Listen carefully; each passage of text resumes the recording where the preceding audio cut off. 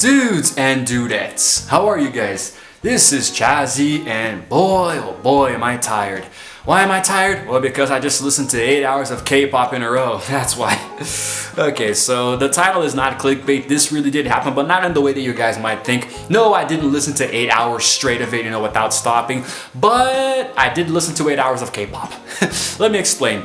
In case you guys don't know, I am a very big fan of K-pop. I recorded a video some time ago, a long time ago, talking about why I can't stop listening to it. This is the first video talking about K-pop since that one, I believe. So anyway, now I am a really big fan of this genre. I love listening to it. I love Korean music, Asian music in general, especially pop, K-pop, J-pop. But anyway, so recently there was a playlist on Spotify that I'm going to show you guys right now. It's called Millennium K-pop. I'm gonna show you on my new tablet. Yes, I bought a tablet, guys. I haven't had a tablet in so long, and I finally bought one. It's really cool, and I'm gonna be using it for a lot of stuff here on the channel. Anyway, the playlist is called Millennium K-pop, as you guys can see, and it has, I'm not even exaggerating, literally, if you guys can see right here, it literally has 8 hours worth of music, That's a lot of songs for you guys to listen to, 8 hours and 24 minutes, And I actually listened to it over the course of, I think, about 2 weeks, There are many different artists here, as you guys can see, and I listened to it while going to work, coming home from work, and being at home and, doing chores and stuff, bit by bit, I consumed this entire playlist from start to finish, and it got me into a lot of different bands that I had never even heard about, which is really cool. It kind of made me feel a little bit more open-minded, like I did talk about before that video about people who aren't open-minded, and it felt really good because it gave me a chance to be exposed to different kinds of bands that have different kinds of sounds,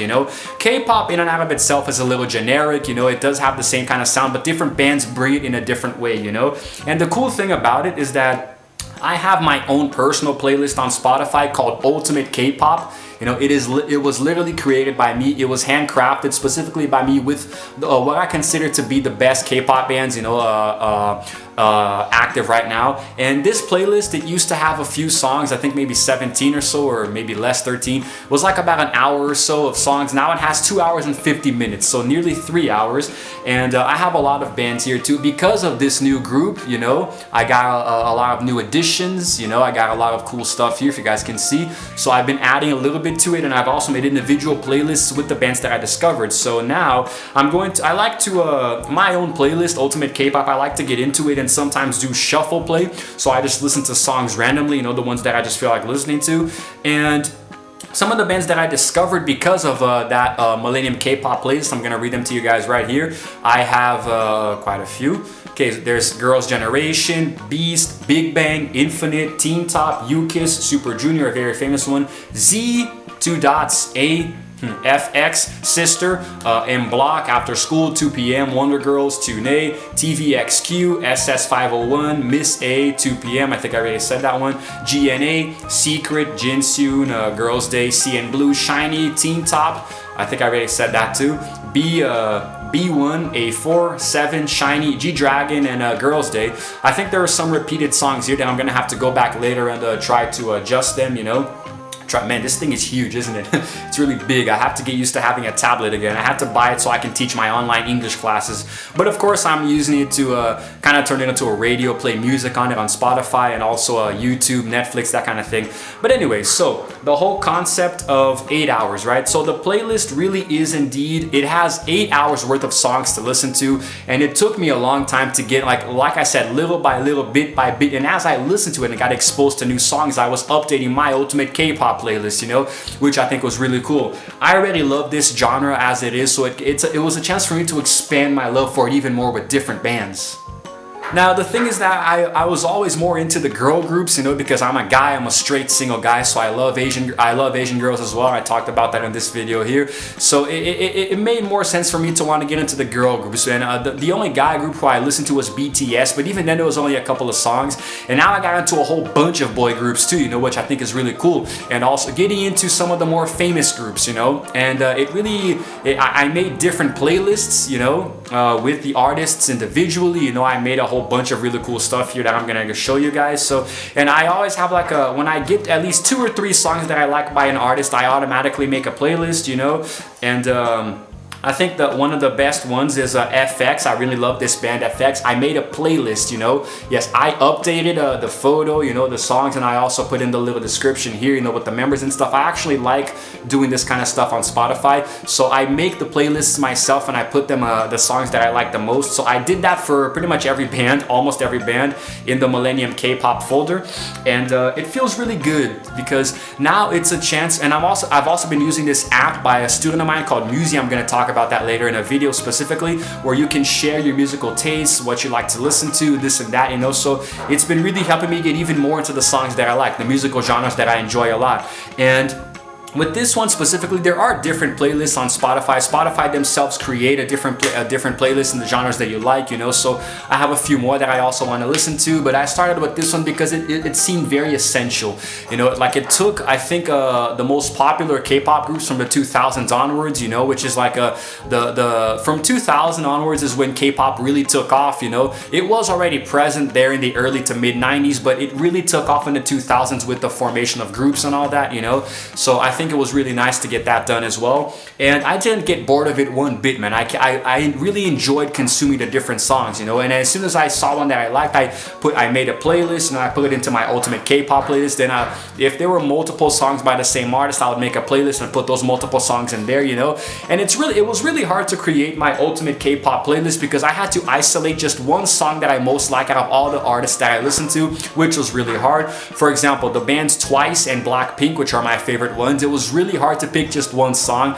I ended up going with Kill This Love for Blackpink and TT for Twice because they were kind of the most iconic ones in my opinion, you know. So the ones that are most famous to me, that had the biggest lasting impression on me, you know. So it just made sense to choose those above the others. So in my honest opinion, it felt really good. It felt really, really good to get that done. And it was a lot of work, man. I think I spent at least almost 3 weeks listening to some songs nonstop, you know. Sometimes I only had time for a few songs per day, you know, but it all accumulated, you know. It really got there, you know. It really became something wholesome, you know. And I'm going to leave a link in the description here below in the video to this playlist, to the Millennium K-pop playlist, in case you guys want to check it out yourselves later.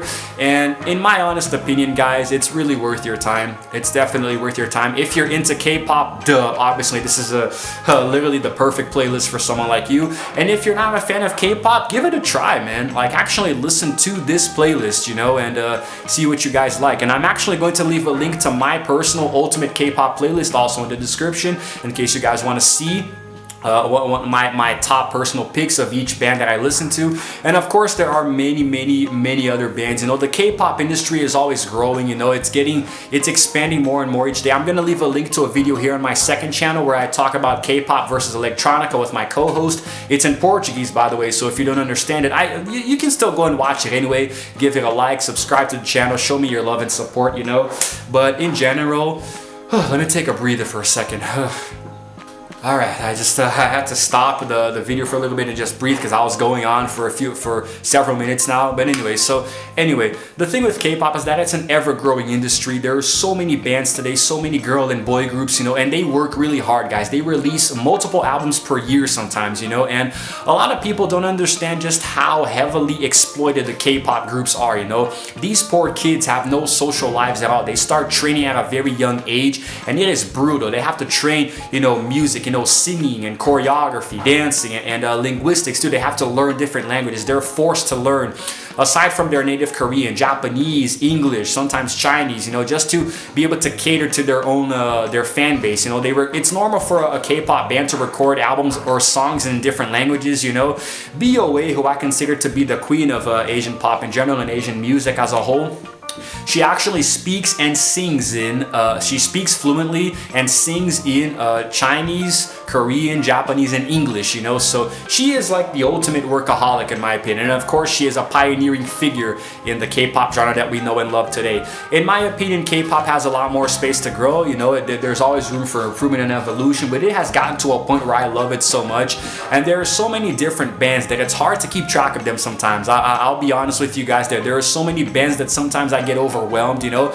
Although I actually sometimes I don't even know, like, are there any non-famous people in South Korea? Because there are so many bands, you know, like, how can so many people be famous, you know, and be in the music industry? But anyway, that's probably a topic for a different day. You know, I wanted to record this video to tell you guys a little bit about this recent achievement of mine. You know, it felt really good to listen to so much music that I enjoy a lot. So in my honest opinion, you know, it was good. It was time well spent. It was 8 hours and 24 minutes very well spent. You know, I got to explore different bands within the same genre that I know and love already. You know, it was a really good chance to meet new people, you know, as in new bands, you know, new groups, and develop all new girl crushes. You know, so many more South Korean girls now to my radar. So yeah, short video, short and sweet, nothing too fancy. I just wanted to show you guys a little bit of you know, what it's like. And K-pop is pretty crazy, guys. K-pop is really crazy. It's a genre that you guys really should, under the surface there is so much going on. Like the people in the K-pop area, like, they suffer a lot, you know, not just because of, like, if you guys have the patience to, you can actually see just how much they suffer. You know, it's very common to see a K-pop star like fainting, for example, on stage. You know, I'm actually gonna put in some clips here for you guys to see the K-pop singers actually like being so overwhelmed that they literally pass out on stage, right? And I'm gonna show you guys a few clips right here.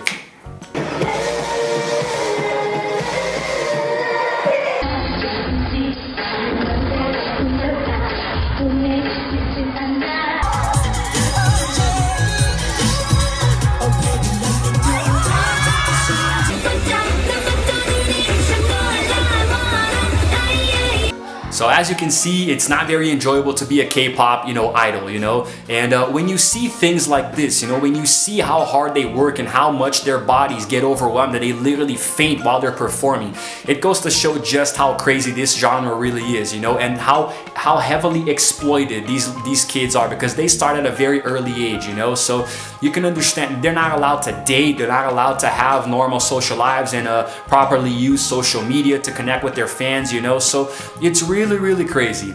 The world of K-pop is a very scary place, guys, you know. So you really should take this into consideration before you talk smack about K-pop groups, because they work so much harder than, you know, regular Western pop singers, you know, and rock bands. They work really hard. Even if they're not 100% independent, they don't always write their own music, you know, but they work a lot harder than you might think, you know. BTS is a good example of a band who expand into different heavier territory than K-pop is normally associated with. They have songs talking about depression, suicide, social pressure, anxiety, all those kinds of things. You just gotta have the patience to find the right songs and translate them and listen to them and watch the music videos. You know, you're going to see that there is a lot more under the surface than you might think. So K-pop is like an iceberg. You know, we see something on the surface, and then under the waves there is so much more essence, you know. It's actually very scary, and that's why I love this genre so much. And to me, these 8 hours were very well spent, you know. So I hope you guys enjoyed this video. If you like K-pop, well, welcome to the club, you know. I hope we can have a little debate in the comments about our favorite bands and stuff, you know. And if you're not into K-pop, don't spread hate in the comments, you know. Just chill, okay? I don't want to hear your negative opinions, all right? So let's just relax, okay? And maybe this video can help you get into K-pop a little bit more, you know, and show you more of what it's like, you know. God, those idols really suffer, man. I really value the work they do because I know how much effort is put into it. But that's it, guys, you know, and hope you enjoyed my new tablet too. I got a new tablet. I'm gonna be using it to do stuff on the channel too, so that's gonna be fun as well. But anyway, that's it for now, okay? This is Chazzy signing out for now, and as always, I will see you guys in the next video.